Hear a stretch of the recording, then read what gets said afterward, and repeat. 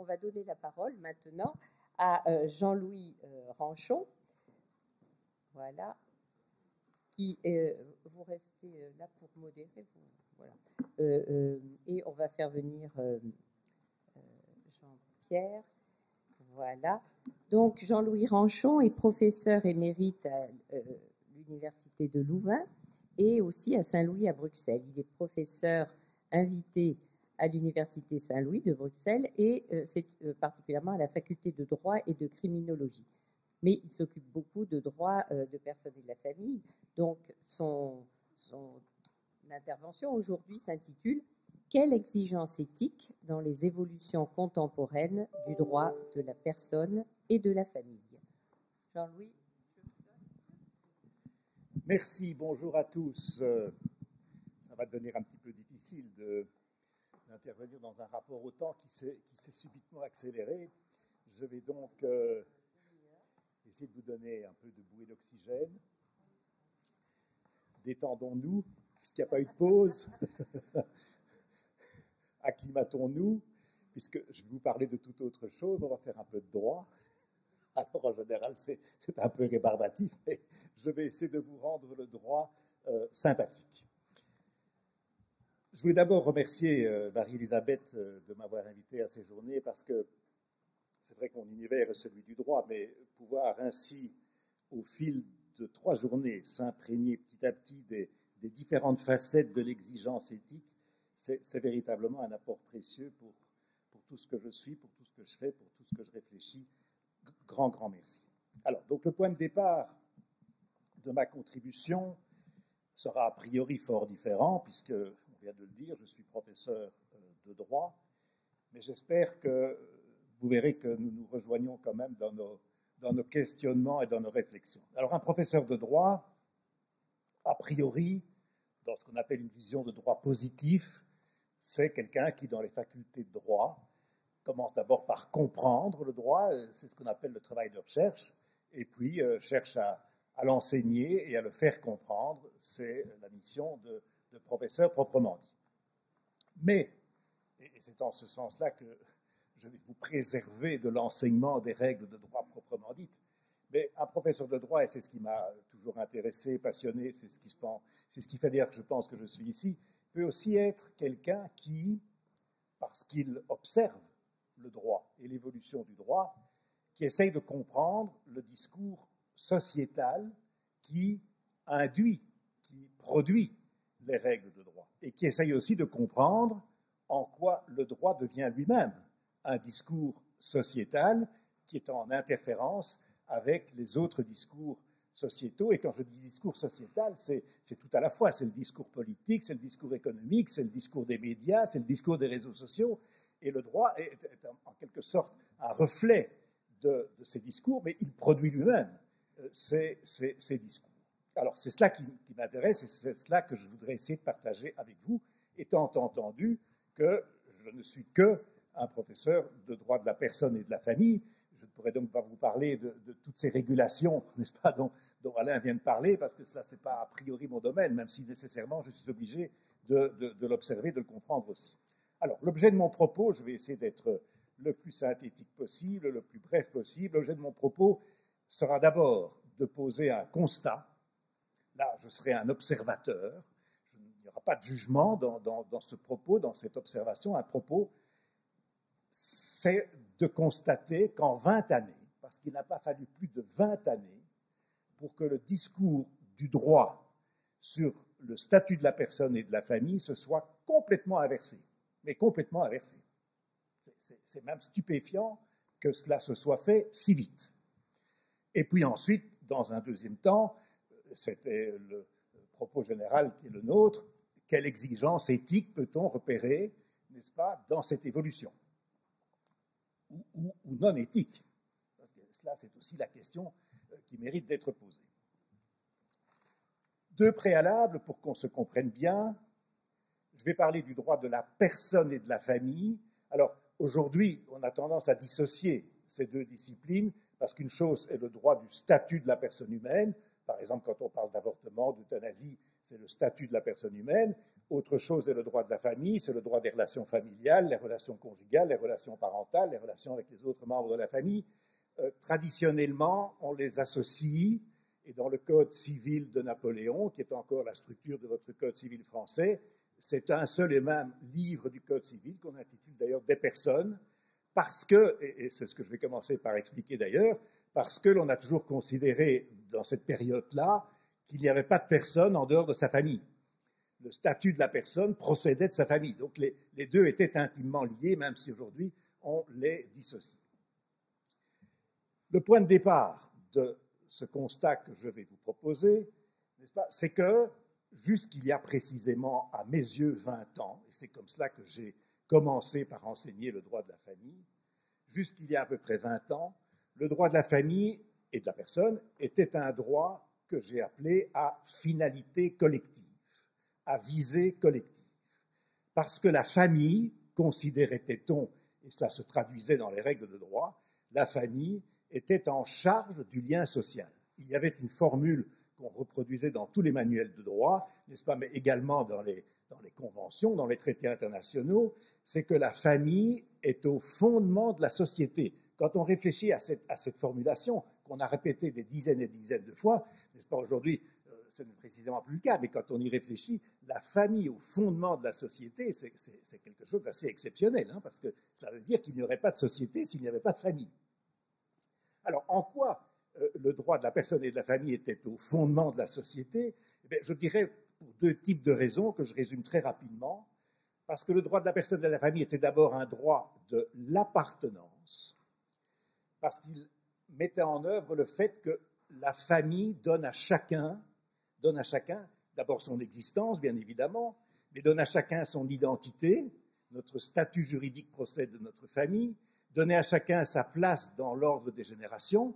D'ailleurs, on se qualifiait encore souvent dans la manière de se nommer socialement comme fils de, n'est-ce pas, ou père et mère de, ou frère de, ou cousin de, ou neveu de. Et donc, cela vous situait, cela vous donnait une consistance, une identité, et surtout, cela donnait à chacun sa sécurité d'existence, sa sécurité aussi bien psychique, affective, et au surplus matériel, puisque la famille avait une place très importante dans la subsistance alimentaire, d'où la place d'ailleurs dans le droit de la famille de l'obligation alimentaire qui subsiste toujours telle quelle. Cela, c'était donc ce que je l'appelle le droit de l'appartenance, qui impliquait d'ailleurs qu'on ne pouvait pas disposer de son statut, on ne pouvait pas disposer de son nom, on ne pouvait pas disposer de son prénom, n'est-ce pas? En quelque sorte, dans ce type d'organisation sociale-là, et le droit l'organisait entièrement, jusqu'il y a très peu de temps, on était ce qu'on avait reçu. Presque inaudible aujourd'hui, hein, je ne sais pas ce que nos jeunes pourraient penser s'ils étaient là encore aujourd'hui, mais on était ce qu'on avait reçu. Et deuxièmement, ce droit de la personne et de la famille était un droit que j'ose appeler de la citoyenneté. Droit de l'appartenance, droit de la citoyenneté, parce que les règles de droit organisaient une famille qui, précisément, apprenait à vivre dans le collectif, dans le commun. Non seulement parce qu'on apprenait, ou la famille était censée apprendre les règles de la vie en commun, n'est-ce pas, mais parce que les règles de droit introduisaient en quelque sorte l'individu dans la société. Je prends l'exemple du mariage, n'est-ce pas, et c'est toujours le cas aujourd'hui, c'est ça qui est toujours intéressant, c'est que certaines de nos règles de droit expriment encore cette manière-là de penser d'avant. Le mariage était fondamentalement un engagement qu'on prenait à l'égard de la société. C'est pour cela qu'on se marie dans ce qu'on appelait encore, dans le Code Napoléon, la maison commune. Le mariage est célébré publiquement, n'est-ce pas? C'est un événement collectif, c'est un événement social. L'éducation devait se faire par la famille, parallèlement à l'école, et l'autorité parentale qui était une des institutions fondamentales du droit de la famille, qui le reste encore d'ailleurs, mais qui a pris aujourd'hui une autre signification, l'autorité parentale était destinée à former un citoyen. Quand on lit la façon dont on concevait la mission des parents, c'était exactement comme l'école républicaine d'ailleurs, c'était de former à devenir un citoyen. On ne parlait pas encore de l'épanouissement de l'enfant à l'époque, on mettait davantage l'insistance sur, précisément, l'apprentissage du collectif. Ce qui explique d'ailleurs que toutes les règles du droit de la famille étaient qualifiées par les juristes d'ordre public. Vous avez peut-être déjà entendu ce mot-là dans vos conversations. D'ordre public, cela voulait simplement dire que toutes les règles étaient orientées vers les intérêts fondamentaux de la société. Et c'est ce qui permettait de dire que la famille était la cellule de base de la société. Dans le code de Napoléon, on avait même utilisé l'expression de petite patrie qui permet d'apprendre à vivre dans la grande patrie. Et donc, ce lien permanent entre la famille et le social et le collectif était la façon dont on concevait le droit de la personne et de la famille. Alors oui, bien sûr, évidemment, aujourd'hui, n'est-ce pas, quand on regarde ça avec le recul, on se dit, mais dans un système pareil, l'individu n'existait pas. D'ailleurs, le mot d'individu n'était pas utilisé à l'époque. On parlait de personnes. Dans le code Napoléon, ce sont les personnes. Alors effectivement, oui, dans un système comme celui-là, la personne, l'individu, était happé par ses exigences collectives. Et en d'autres termes, il était l'individu, ou la personne était, c'est le terme qu'on utilisait le plus fréquemment, institué, ça renvoie à tout ce qu'étaient les institutions, n'est-ce pas, était, c'est comme cela que c'est le monde dans lequel je suis encore né personnellement, on était d'abord obligé, avant d'avoir des droits, et on était donc déterminé. Et puis alors maintenant, n'est-ce pas, si je vous explique cela, vous voyez immédiatement quel a été le sens de l'évolution. Je peux même aller immédiatement m'asseoir. Enfin, je voudrais quand même vous montrer quelques exemples. N'est-ce pas, le sens de l'évolution depuis ces 20 dernières années, c'est que à une vitesse extraordinaire, cette perception des choses, c'est complètement désintégré, au fur et à mesure qu'elle a été fustigée. Et on a changé radicalement de discours. Mais vous voyez bien que je ne suis pas en train ici de parler en termes de morale encore, ou d'éthique, ou de jugement. J'observe ce qui est écrit dans les règles de droit et ce qui est écrit dans le discours politique. Parce que quand je vous disais que la famille est la cellule de base de la société, ça a encore été inscrit dans le pacte relatif aux droits civils et politiques de l'ONU en 1966. Et c'est encore inscrit dans de nombreuses constitutions de nos pays. Donc c'était le discours que l'on tenait par rapport à la famille. Bien. Qu'est-ce qui s'est désintégré? Quel a été le changement radical de discours? Tout d'un coup, n'est-ce pas, c'est comme si on s'était rendu compte que tout cela était faux. Qu'il n'y avait pas d'enjeu collectif dans la vie privée et familiale. C'est pour cela que je n'étais pas tout à fait d'accord avec ce que vous disiez tout à l'heure. Lorsqu'il s'agirait de la vie privée et familiale, eh bien non, en réalité, ce n'est plus une affaire collective. Ce n'est plus une affaire collective, il n'y a plus là que des enjeux privés et personnels. Ce qui compte, c'est que chacun puisse se construire lui-même, et il n'est pas nécessaire, et c'est là évidemment qu'on pourrait discuter longuement, mais il n'est pas nécessaire pour vivre ensemble, il n'est pas nécessaire que chacun soit subordonné, encore une fois, dans sa vie privée et familiale, je ne parle que de ce domaine-là, il n'est pas nécessaire que chacun soit subordonné au collectif, mais on est parfois allé même plus loin, en présentant le collectif comme une illusion. C'est la fameuse phrase de Margaret Thatcher, la société n'existe pas. Il n'y aurait qu'à finalement laisser les individus se construire et se gérer eux-mêmes. Et ensuite, et surtout, parce que c'est sans doute là-dessus qu'on a mis davantage l'accent, c'était cette manière-là de penser les choses, c'était, je vais prendre un terme qu'on a beaucoup entendu ces derniers temps, c'était liberticide, c'était oppressif, c'était une forme de domination, c'était insupportable d'être soumis ainsi à des exigences collectives. De quoi vous mêlez-vous, n'est-ce pas? Des exigences qu'on n'a pas soi-même voulues ou qu'on n'a pas soi-même décidées, et qui n'auraient dès lors pas, on a beaucoup utilisé l'expression, qui n'auraient dès lors pas de légitimité. Et dans les discours qui ont été tenus dans nos parlements, c'est là que je parle de discours politique, mais il se recoupe complètement avec le discours médiatique ou avec le discours sur les réseaux sociaux. Dans le discours qui a subitement été tenu à partir du début, à mes yeux, en tout cas pour le droit de la famille, c'est à partir du début du XXIe siècle, n'est-ce pas? Tout a été repensé, réorienté. Alors, on est bien d'accord que ça ne s'est pas fait, ce n'est pas une coupure complètement radicale, mais enfin, c'est une orientation qui est massive, quand même, qui est très massive. Je vais vous montrer les termes qui sont utilisés, n'est-ce pas? Et que je pourrais sans doute exprimer le mieux en utilisant deux concepts qui ont été formulés par la Cour européenne des droits de l'homme, qui s'exprimant à propos de la vie privée et familiale, c'est le fameux article 8 de la Convention européenne des droits de l'homme, toute personne a droit au respect de sa vie privée et familiale. La Cour européenne des droits de l'homme en a déduit, n'est-ce pas, parce que ce n'était pas inscrit dans le texte, mais c'est par interprétation, elle en a déduit les deux concepts qui déterminent aujourd'hui les orientations du droit de la famille, c'est le droit à l'épanouissement personnel et le droit à l'autodétermination. Ce sont des concepts qui ont été exprimés sous forme de droit à. Dans la vie privée et familiale, ce qui est en jeu, c'est le droit à l'épanouissement personnel et le droit à l'autodétermination.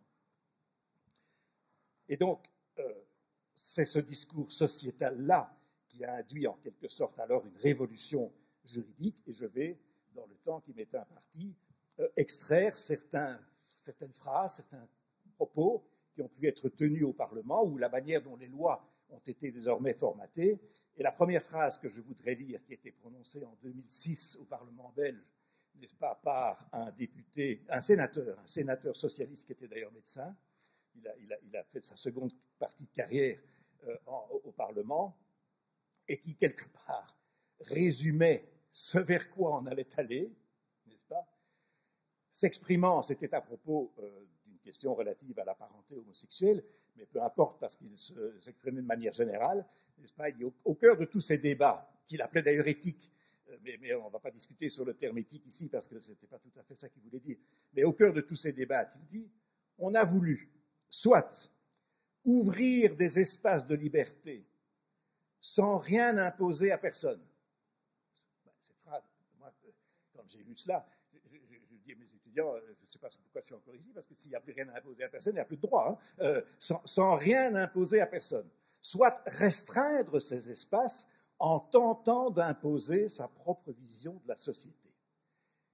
Imposer une norme serait donc imposer une vision de la société qui ne serait donc plus partagée et qui donc serait insupportable pour certains. Et donc, résultat des courses, n'imposons plus rien à personne.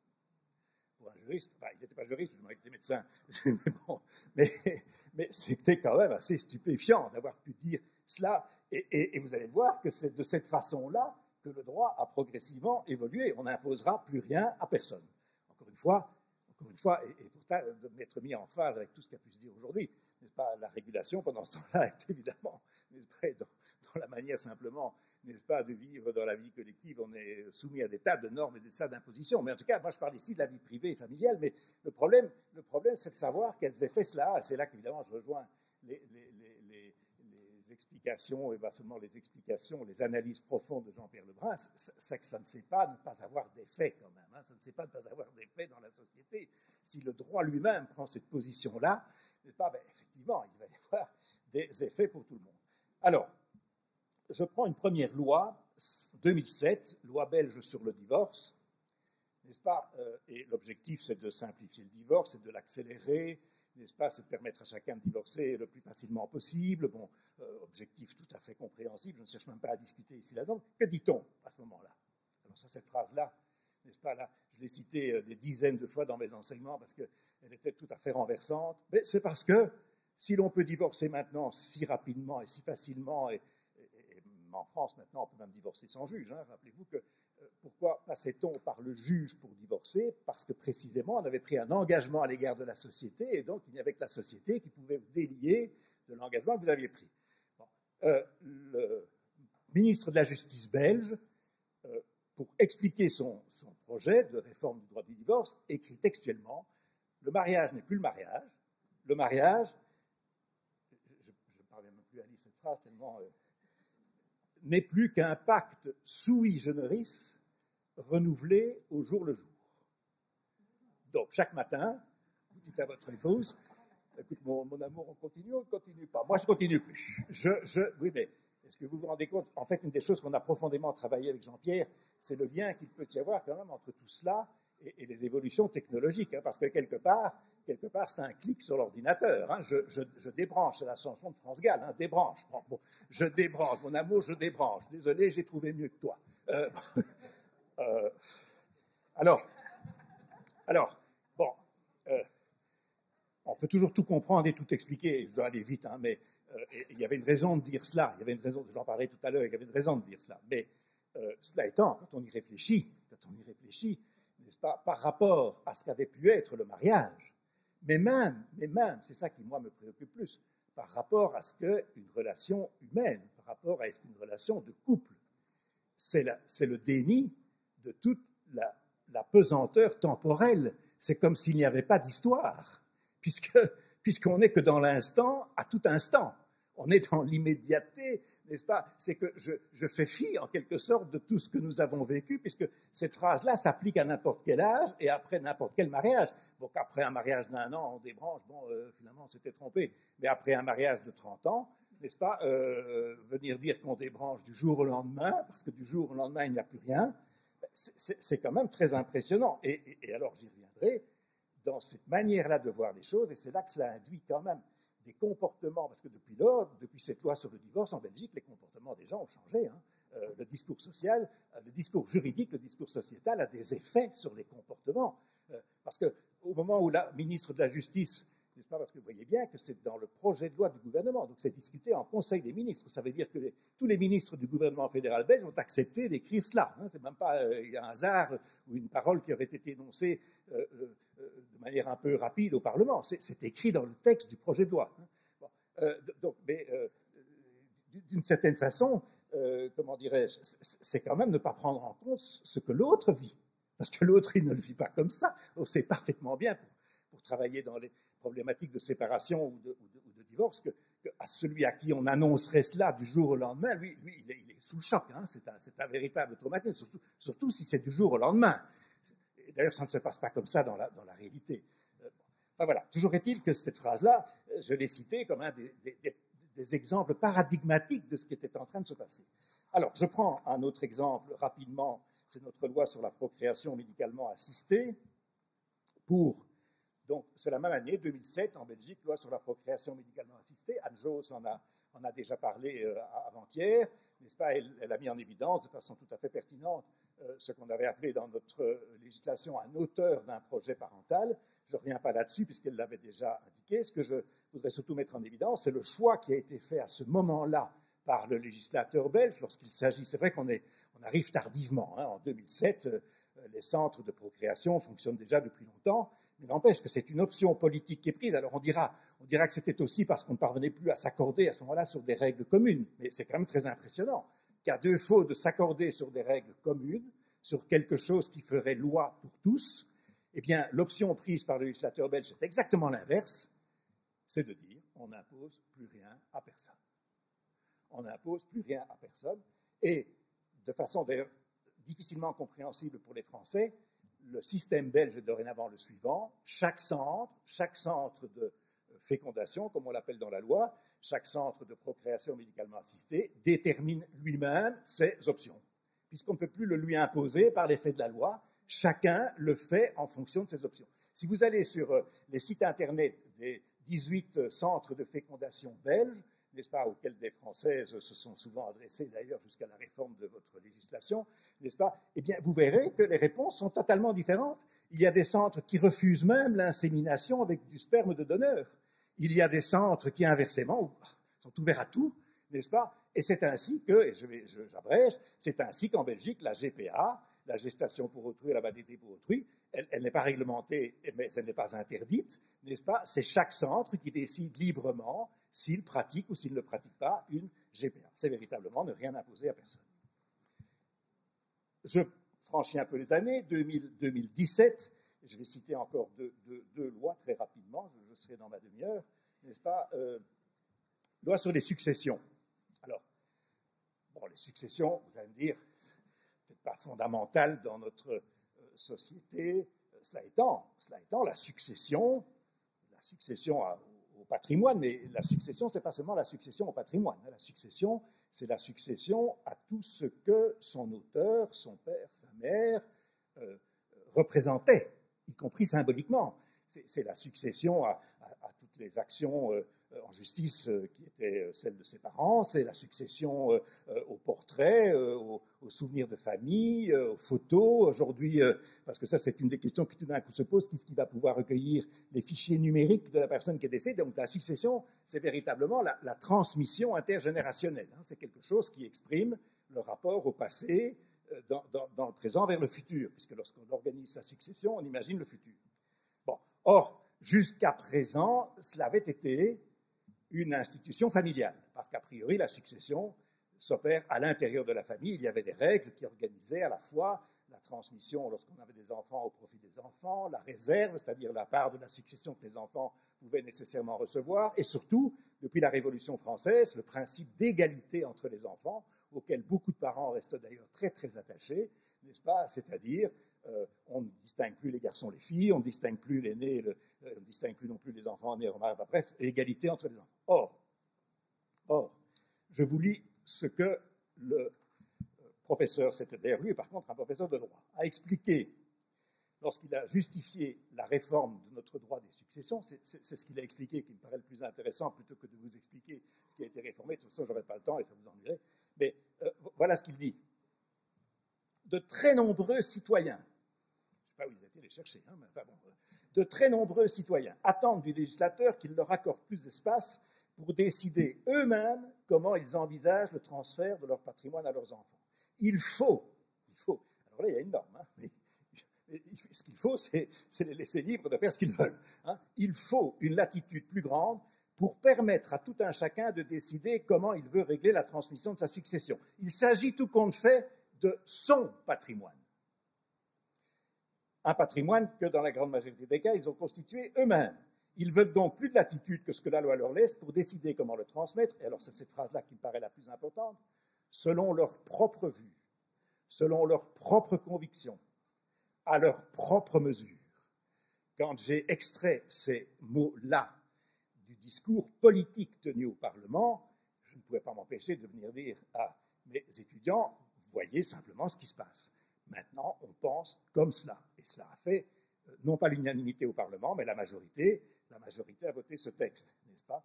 Alors, je voudrais simplement mettre l'accent sur cet élément-là, qui, moi, me frappe et qui rejoint aussi ce que Jean-Pierre nous explique, n'est-ce pas? Je laisse tomber selon leur propre vue, mais il s'agit tout compte fait de son patrimoine. C'est la négation, on en a parlé hier, je ne sais plus qui, avant-hier.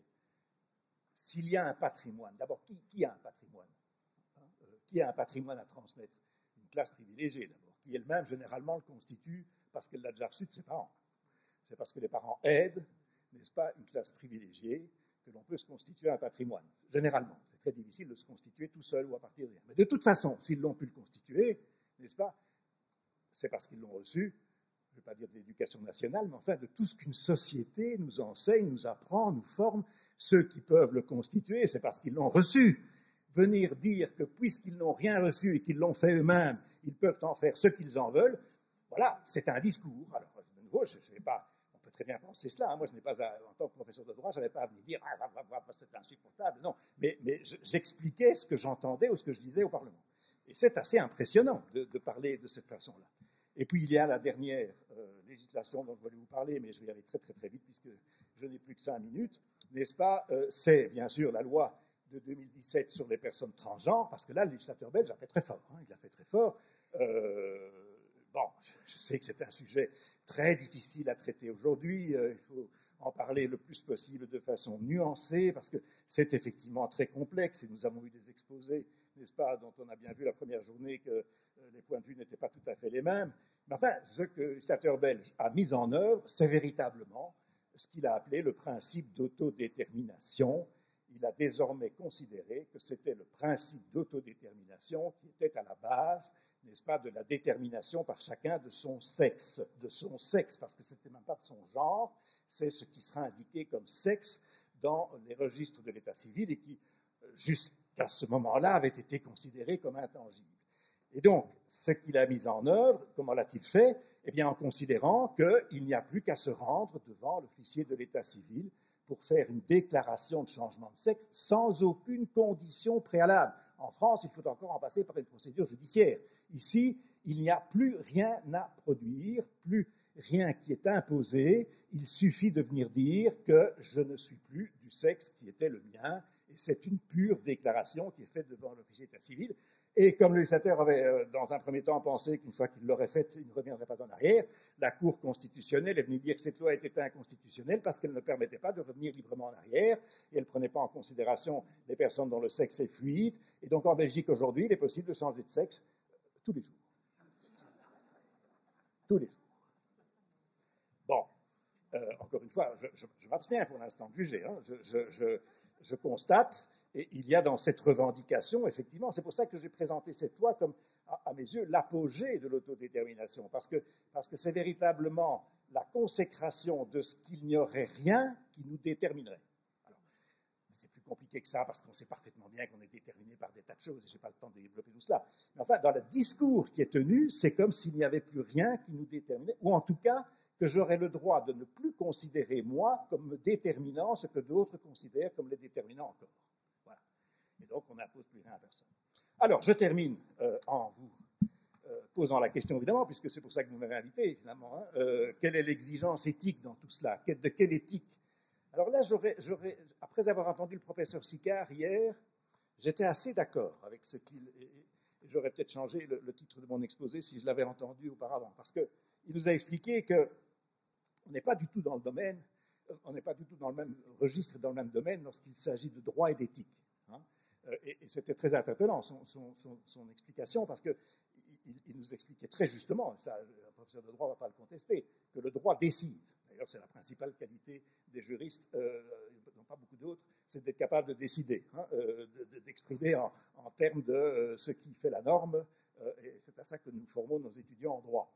Bon, le droit décide, il va inscrire une règle dans la légalité. Bon, et l'éthique, nous a-t-il dit, c'est un questionnement permanent, n'est-ce pas? Et donc, il nous permettrait même éventuellement de nous poser la question de savoir si on va appliquer une règle ou si on ne va pas l'appliquer. Donc, on n'est effectivement pas dans le même régime.